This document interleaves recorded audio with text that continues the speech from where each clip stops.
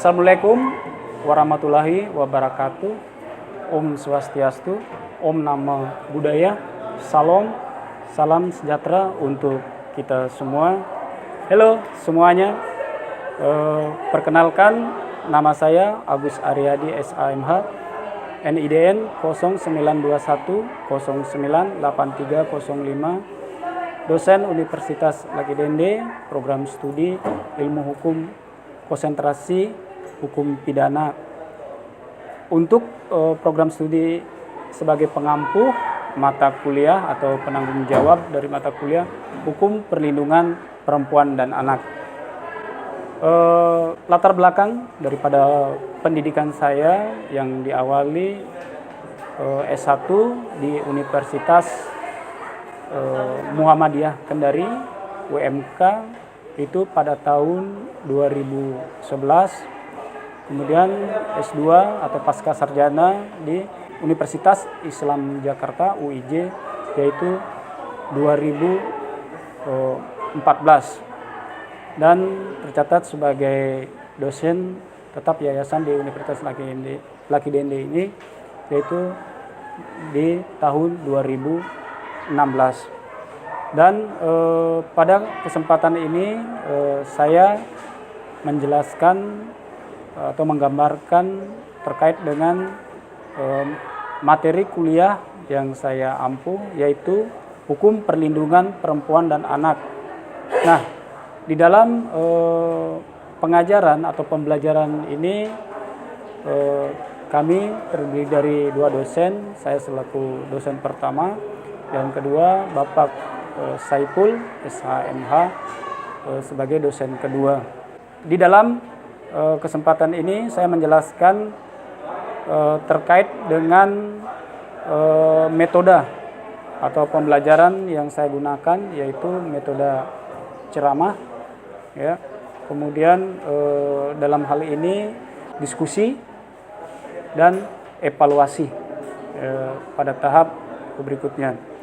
Nah, adapun capaian pembelajaran dari hukum perlindungan perempuan anak ini, yang pertama adalah dengan mempelajari mata kuliah ini, ya, mahasiswa diharapkan memiliki integritas dan etika profesi hukum berdasarkan nilai-nilai Pancasila dan memiliki kemampuan untuk menguraikan, ya, secara komprehensif terkait perlindungan terhadap anak dan perempuan dari berbagai peraturan perundang-undangan serta menganalisanya dalam suatu kasus hukum yang nyata.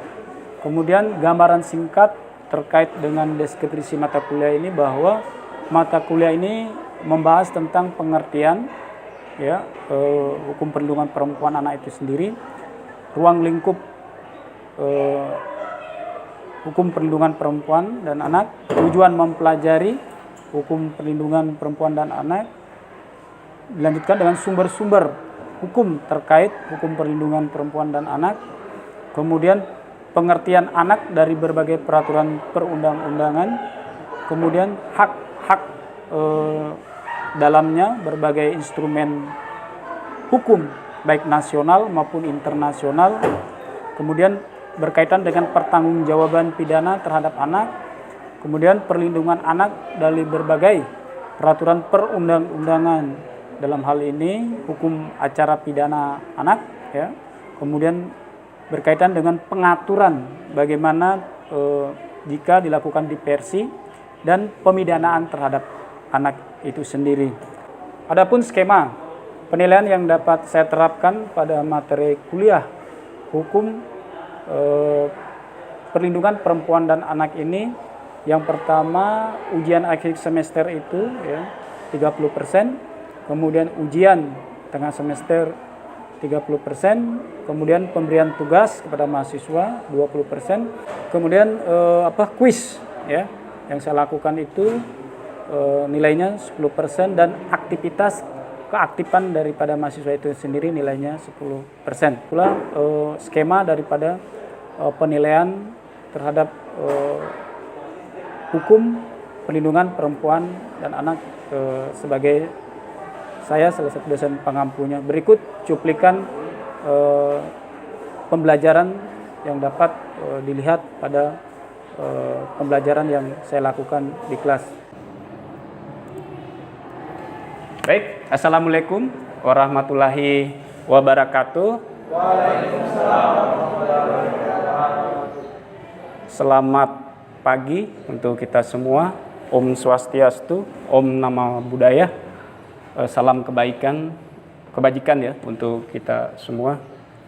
Pertama-tama, marilah kita mengaturkan puja dan puji ya atas karunia Tuhan yang Maha Kuasa, di mana pada pagi hari ini ya kita bisa bertatap muka dalam pembelajaran hukum perlindungan perempuan dan anak ya. Sebelumnya mungkin dalam hal ini saya selaku dosen pengampu mata kuliah ini akan memperkenalkan diri saya ya terlebih dahulu. Baik adik-adik mahasiswa dan anak-anak sekalian, bahwa saya selaku dosen dari pengampu mata kuliah ini memperkenalkan diri ya terlebih dahulu, karena ibaratnya tidak kenal maka tak sayang ya. Ada baiknya saya memperkenalkan diri. Nama saya Agus Aryadi ya. Kemudian tempat tanggal lahir 21 September 1983. Kemudian saya ya, tinggal di desa Wepai ya, desa Tanggudipo, Kecamatan Wepai. Kemudian dalam hal ini dosen di Fakultas Hukum, berkonsentrasi dalam pengampu mata kuliah hukum perlindungan perempuan dan anak. Itu perkenalan diri saya ya. Bagaimana adik-adik semua dalam hal ini siap ya untuk mengikuti? Jadi kalian dalam hal ini semester 3 dan merupakan awal daripada perkuliahan di semester ini. Jadi sebelum saya memaparkan deskripsi sedikit berkaitan dengan mata kuliah yang saya ajarkan dan sampaikan ini, ya, paling tidak sedikit supaya ada gambaran terkait dengan materi ini. Ya, jadi berkaitan dengan materi ini, ya kita ketahui bahwa judul atau apa namanya sub daripada pembelajaran ini hukum perlindungan perempuan dan anak ya. Kemudian sasaran pembelajaran ya, jadi capaian dari pembelajaran ini apa yang sebenarnya kita ingin harapkan. Yang pertama, jadi di sini diharapkan mahasiswa dapat memiliki pengetahuan dan pemahaman tentang hukum perlindungan perempuan dan anak ya. Itu yang terkhusus bagaimana urgensi pentingnya terhadap pemahaman itu di dalam hukum perlindungan perempuan khususnya yang ada di negara kita. Itu yang pertama. Yang kedua, memiliki kemampuan ya untuk menguraikan secara komprehensif tentang hukum perlindungan terhadap perempuan dan anak dari berbagai peraturan perundang-undangan serta menganalisisnya dalam suatu hukum yang nyata. Jadi kaitan dengan materi ini kita diharapkan untuk di dalam peraturan perundang-undangannya itu bisa menganalisanya, bisa menafsirkan peraturan perundang-undang itu ke dalam bentuk nyata di dalam kehidupan sehari-hari kita. Nah itu. Yang ketiga, dapat menganalisis berbagai fenomena sosial ya yang terjadi di dalam lingkungan kita dalam hubungannya dengan hukum perlindungan perempuan dan anak. Inilah ada 3 ya sasaran yang ingin kita capai di dalam pembelajaran ini. Kemudian deskripsi mata kuliah yang saya sampaikan ini, mata kuliah ini membahas tentang pengertian daripada hukum perlindungan perempuan itu dan anak itu, ruang lingkupnya, kemudian tujuan dari pembelajaran hukum perlindungan perempuan dan anak, sumber-sumber hukum terkait, apa sumber-sumber hukum PPA itu, kemudian pengertian anak dari berbagai peraturan perundang-undangan, ya, hak-hak anak, dalam berbagai instrumen nasional dan internasional yang kita ketahui. Kemudian pertanggungjawaban pidananya bagaimana terhadap anak, perlindungannya ya dalam berbagai peraturan perundang-undangan, serta bagaimana hukum acaranya ya terhadap anak. Artinya ketika anak diperlakukan di hadapan hukum ada acaranya seperti itu. Kemudian bagaimana pengaturannya berkaitan dengan diversi atau pemidanaan. Dalam diversi ini tentunya berkaitan dengan restoratif justice yang memang ada di dalam aturan perundang-undangan hukum kita. Itu ya. Jadi itu deskripsi yang mata kuliah yang digambarkan. Nah, berkaitan dengan sub pembelajaran ini, tentu saya akan sedikit menyampaikan berkaitan dengan RPS-nya ya. Jadi saya sudah buat ya. Jadi untuk materi ini ya ada subnya ya ini. Jadi berkaitan dengan itu ini sudah sub yang kira-kira bisa dilihat ya. Jadi yang pertama itu pengertian yang telah saya deskripsikan gambarkan tadi ya. Ya, ini ya, subnya. Kemudian berkaitan dengan hal tersebut kita masuk di fenomena yang terjadi yang sekarang ini ya. Saya ambil contoh kasus ya yang terjadi di Kementerian PPA ya. Tercatat ada 4.116 kasus kekerasan anak dalam 7 bulan terakhir ini ya. Ini di kompas.com ya. Ini gambaran betapa maraknya terjadi kasus-kasus kekerasan perempuan dan anak ya. Ini dari media ya. Ini ada beberapa dari kumparan.com yang saya dapat ambil ya, ini ya. Kemudian di masa pandemi ini ya, tentunya kekerasan perempuan di Konawe terjadi ya, itu semakin meningkat ya. Kemudian baik itu kekerasan dalam artian kekerasan seksual ya, kekerasan perlakuannya ya, marak terjadi berkaitan dengan perempuan dan anak yang terkait dengan ini. Ini adalah gambaran sekelumit contoh kasus yang ada di wilayah kita ya, khususnya di Sulawesi Tenggara. Nah, sekarang masuk kepada apa sih sebenarnya perlindungan perempuan dan anak itu ya. Jadi kalau berbicara perlindungan perempuan dan anak ya, yaitu segala kegiatan ya untuk menjamin dan melindungi anak dan hak-haknya agar dapat hidup, tumbuh dan berkembang, berpartisipasi secara optimal sesuai dengan harkat dan martabat kemanusiaan serta mendapat perlindungan dari kekerasan dan diskriminasi. Itulah perlindungan dalam artian perlindungan secara umum. Nah, di sini tentunya ada dua hal yang kita harus pahami. Pertama, perlindungan perempuan secara umum dan perlindungan anak. Nah, kalau saya ini perlindungan anaknya ya. Jadi dalam hal ini mengambil gambaran secara umum di perlindungan anak dulu. Ya, next ya. Kemudian berkaitan dengan ruang lingkupnya ya. Ya. Jadi ruang lingkup dalam sistem peradilan ruang lingkup dari hukum perlindungan perempuan dan anak ini ya. Jadi ruang lingkupnya itu dengan menitik beratkan anak sebagai korban. Kemudian dalam hal ini dasar hukumnya di Undang-Undang Nomor 35 Tahun 2014. Kemudian tentang juga di Peradilan Undang-Undang Pidana Anak ya. Kemudian menitik beratkan juga pada anak sebagai pelaku di situ. Kemudian Undang-Undang Nomor 11 Tahun 2012 tentang Sistem Peradilan Pidana Anak. Kemudian sumber-sumber hukumnya. Berkaitan dengan sumber-sumber hukum perlindungan perempuan dan anak itu ya. Di Undang-Undang 45 pasal 28, salah ya. Ya, 28B ya, 28B ayat 2, bukan 12. Jadi salah ya. Jadi Undang-Undang pasal 28 ayat B. Kemudian Undang-Undang nomor 1 tentang perkawinan itu berkaitan dengan masalah anak. Jadi anak diatur bahwa kalau dia masih anak, ya artinya anak di bawah umur, tidak boleh nikah. Harus ada kompensasi dari pengadilan yang memberikan penetapan bahwa anak itu bisa dinikahkan itu.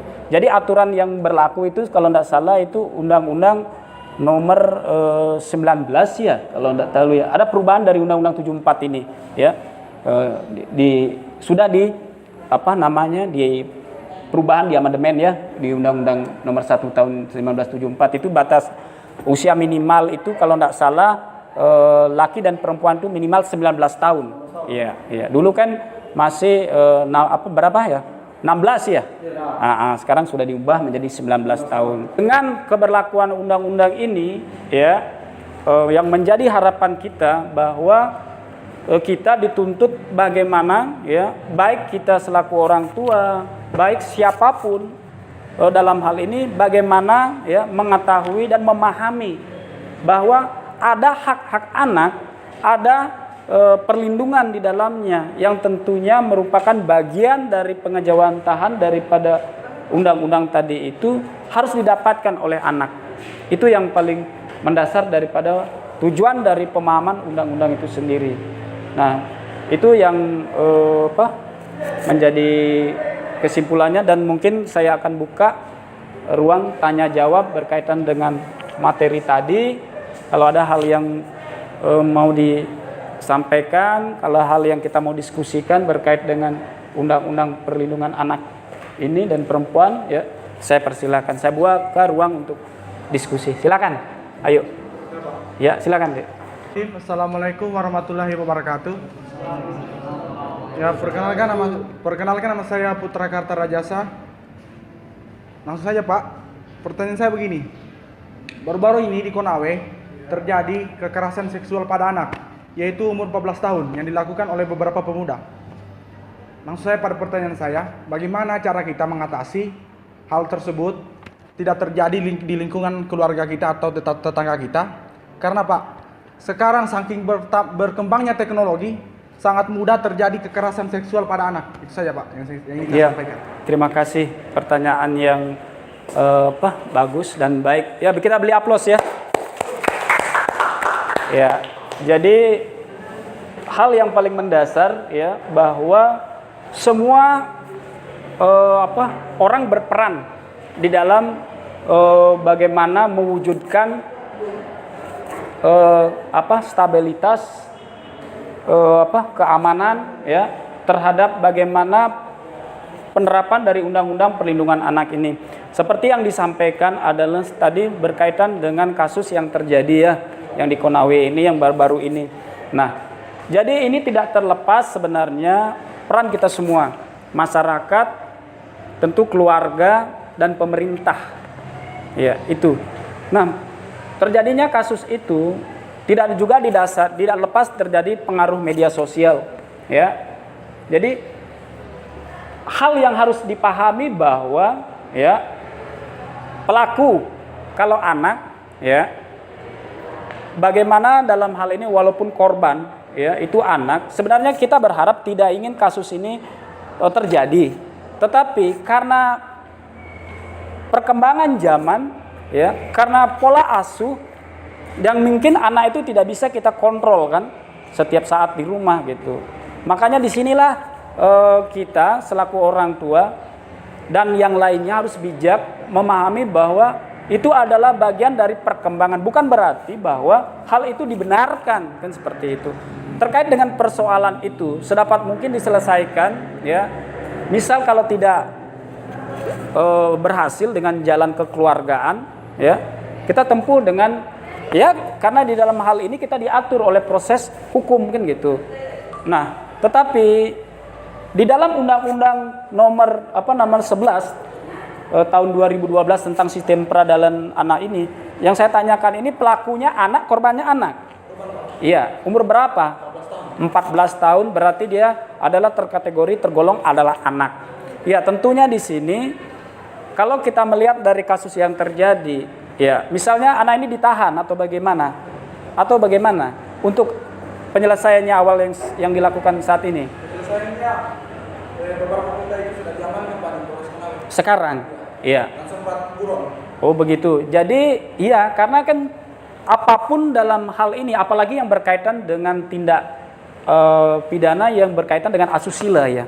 Ini kan berkaitan dengan asusila yang memang bagian budaya masyarakat. Hal itu memang dalam hal ini tidak boleh dilakukan ya, apalagi dalam sistem penegakan hukum kita. Berarti ada masalah di sini kan seperti itu. Tentunya aparat bekerja penegak hukum dalam ini kepolisian melakukan upaya yang namanya upaya preventif dan upaya pengamanan terhadap anak itu gitu. Nah, terlepas dari upaya yang dilakukan oleh anak itu, karena ini tergolong anak ya, tergolong anak itu dilakukan melalui upaya diversi sepertinya ya, karena diversi adalah bagaimana menyelesaikan kasus ya yang terjadi itu dengan cara-cara musyawarah ya, untuk mendapatkan hal yang terbaik. Kan kita sudah pahami bersama di undang-undang tadi menjelaskan kepentingan terbaik untuk anak. Artinya apa ya? Hal ini penghukuman dilakukan adalah jalan terakhir bila mana tidak ada penyelesaian di antara kedua belah pihak. Kalau misalnya dua belah pihak ini bisa selesai, yang ibaratnya bisa dalam hal ini terjadi kesepakatan diversi yang memang diatur di dalam undang-undang, tentunya hal itulah yang dikedepankan gitu. Nah, kalau misalnya tidak dilakukan, misalnya dilanjutkan dengan penghukuman sampai proses dari penyidikan, kejaksaan, ya sampai pengadilan, misalnya terjadi seperti itu. Nah, jadi yang berlaku ini adalah bagaimana penerapan dari implikasi dari undang-undang SPPA ini, sistem peradilan pidana ini. Jadi memperlakukan anak itu, dia pelaku ya harus didampingi oleh siapa? Orang tua, pekerja sosial ya, dan dinas-dinas yang terkait. Dalam hal ini dinas PK dari kemasyarakatan, bimbingan kemasyarakatan itu. Jadi banyak-banyak di situ palingan kurang kurang pengasuhan, kontrol dari orang tua, kebiasaan anak yang memang susah diatur gitu. Itulah bagian dari persoalan-persoalan yang akan didapat menjawab daripada kenapa anak itu berbuat demikian. Itu yang jawaban saya. Ada yang disanggahan atau bagaimana terhadap cukup ya? Ada yang lain? Silakan. Adik, ya sebentar ya.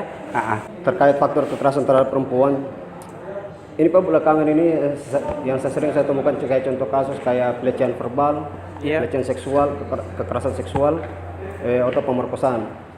Belakangan yang saya sering lihat di berbagai macam platform hukum yang sering saya lihat Pak, yang saya ikuti, seringnya yang saya permasalahkan tentang penanganan kasusnya Pak. Kayak contoh proses-prosesnya dan upaya-upaya kayak semacam intimidasi terhadap korban. Kayak contohnya dalam hal ini yang paling saya sorot adalah perilaku dari penyidik atau pihak dari kepolisian. Dalam berupaya melakukan upaya pengungkapan masalah pelecehan seksual, kayak pertanyaan-pertanyaan yang seperti menyakiti korban Pak. Iya, benar. Padahal dalam hal ini perlunya ada perlindungan tentang korban Pak. Iya. Padahal hak asasinya ini kan harus dipenuhi secara hukum Pak. Iya. Tapi seringkali polisi sering mengabaikan hal itu Pak. Iya. Betul. Jadi saya rasa bagaimana cara penanganannya seperti itu. Baik. Iya, jadi saya ya waktu ini melakukan diklat ya. Kebetulan ditunjuk oleh organisasi hal-hal yang patut, hal-hal yang memang menjadi evaluasi aparat penegak hukum, bagaimana sebenarnya memperlakukan ya anak yang saya katakan tadi itu, dia sebagai korban, dia sebagai pelaku, dia sebagai saksi, ya itu. Nah, kalau kita berlihat dengan pedoman ya. Kalau kita berbicara pedoman, tentunya ada aturan, ada juklis, ya. Jadi yang setahu saya, ya, sepengetahuan saya, bahwa pedoman-pedoman itu wajib hukumnya untuk dilakukan. Menjawab persoalan tadi, ya, kemungkinan atau barangkali, ya, aparat penegak hukum, mohon maaf mungkin, ya, yang saya tidak menyebut, mungkin oknum lah, boleh begitu, tidak memahami bagaimana semestinya penanganan anak, cara-cara yang diperlakukan. Nah, kalau misalnya hal lebih gitu, kalau adik misalnya mengetahui, kalau orang hukum wajib untuk menegur, ya, karena kita kan sudah paham, kita sudah belajar gitu, ya. Tolong dengan cara-cara yang memang sesuai dengan aturan yang dilakukan, kan seperti itu. Itu, Dek Bambang, ya, ada? Silakan. Nama saya Muhammad Safi. Saya ingin mengajukan pertanyaan.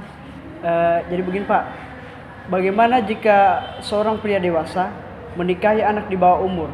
Nah, di dalam pernikahan itu terjadi tindak kekerasan dalam rumah tangga. Nah, apakah upaya penegakan hukumnya itu si pelaku mendapatkan pasal yang berlapis? Yang pertama, kekerasan dalam rumah tangga. Yang kedua, itu perlindungan anak di bawah umur, mengingat dia menikahi anak di bawah umur. Nah, lalu klasifikasi untuk anak di bawah umur itu dari umur berapa sampai berapa, Pak? Iya. Ya, baik, terima kasih, pertanyaannya luar biasa. Beli aplaus dulu. Ya, jadi berkaitan dengan Undang-Undang Perlindungan Anak, dengan tadi yang saya sampaikan itu, ya, berkaitan dengan Undang-Undang Nomor 1 1974, kan gitu. Jadi pernikahan di bawah umur yang kategori misalnya masih anak, ya, itu kan semestinya harus mendapatkan penetapan dari pemerintah yang berwenang untuk itu. Kalau secara hukum, ya, batasan usia minimal pernikahan itu kan sudah jelas. Dia harus dewasa. Dewasa dalam hukum, ya, berarti 19 tahun, kan gitu. Harus cakap untuk menentukan tindakan hukum di situ. Nah, misalnya kalau terjadi, bagaimana? Kan gitu. Ya, tentunya berarti legalitasnya dulu kita lihat. Karena berkaitan dengan syarat formilnya bahwa perbuatan itu bisa ditindaklanjuti, harus ada dasar bahwa pernikahan itu sah tidak secara hukum. Berbicara penanganan anak tidak saja berbicara hukumnya saja, tetapi lebih kepada bagaimana pertanggungjawaban hak-hak dan rehabilitasinya gitu. Jadi semua komponen di sini terlibat. Itu deh ya. Ya. Mungkin itu ya. Saya kira karena dalam hal ini penjelasan saya sudah akhiri, ya. Karena pada prinsipnya bahwa mari kita untuk penanganan anak ini, ya, kemudian berkaitan dengan regulasi undang-undangnya kita pahami agar, ya, kita memahami secara komprehensif. Dan nanti pada sesi berikutnya, ya, pada minggu depan kita akan sambung materi kuliah kita. Saya akhiri, wabillahi taufiq wal hidayah. Assalamualaikum warahmatullahi wabarakatuh. Terima kasih. Ya, oke, kasih deh. Ya.